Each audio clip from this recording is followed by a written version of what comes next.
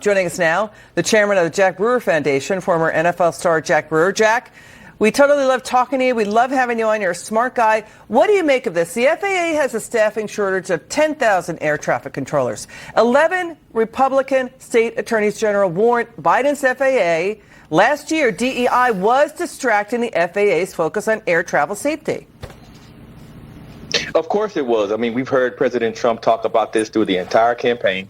You've heard CEOs from across America that are now backpedaling from their DEI policies. And so the FAA is no different. And obviously, when you look across, they've already admitted to not having enough staff. And that's probably because they haven't hired the qualified staff. And so we have to go right directly at this. I know people say it's a sensitive topic, but we have to fix these issues in our nation. We have too much identity politics. We have too much focus on skin color, on gender, and on race in these major agencies. And President Trump has made a hard push and put in a line in the sand has been drawn. Yeah. And I think it's time for us to have some real answers from these agencies. Jack, here's some answers. Senate records, we did a deep dive. Senate records, government documents back up that Trump is right, that the FAA under Barack Obama dangerously and dramatically dumbed down its hiring standards via DEI starting way back in 2013. And that ended up screening out and rejecting nearly 26,000 qualified commercial pilots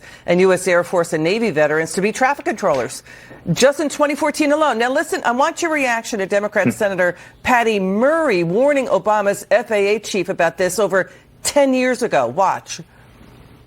Just a few months ago, the FAA made some very dramatic changes to the way they're hiring our air traffic controllers. And among those changes, the FAA now no longer relies on a pool of graduates from its collegiate training initiative. One CTI graduate from Washington State graduated with high honors, passed an FAA test for initial qualification, has almost 5 years of service in the Air Force, and a commercial pilot certificate with an instrumental rating.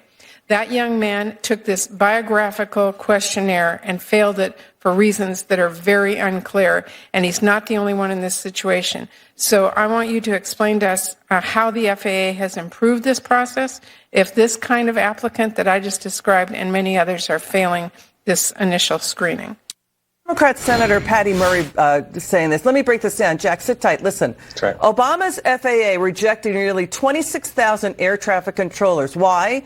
Because they failed Obama's new, quote, biographical assessment questionnaire, an early form of DEI in 2013 and 2014 that asked remarkably idiotic questions like what sports you played in high school, where did you first earn your money? Yet the media is slamming Trump for bringing this up. We're talking about air safety. Final word. They're putting lipstick on a pig. This started years and years ago. We've all seen it.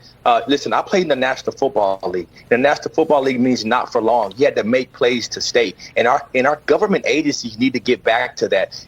I think the American people are smarter than this. When they see these airplanes in the sky and they put their families in the airways, they want them safe. I think Sean Duffy is the man to run our transportation department. He's not going to take this nonsense any longer. And I think this will be the pinnacle point to finally have some change, particularly across the board in our agency. Yeah, enough already. Stop with distracting. Yeah, stop with distracting DEI. Just do your day jobs that we pay you for. Jack Brewer, thank you so much. Let's get to this. Watch.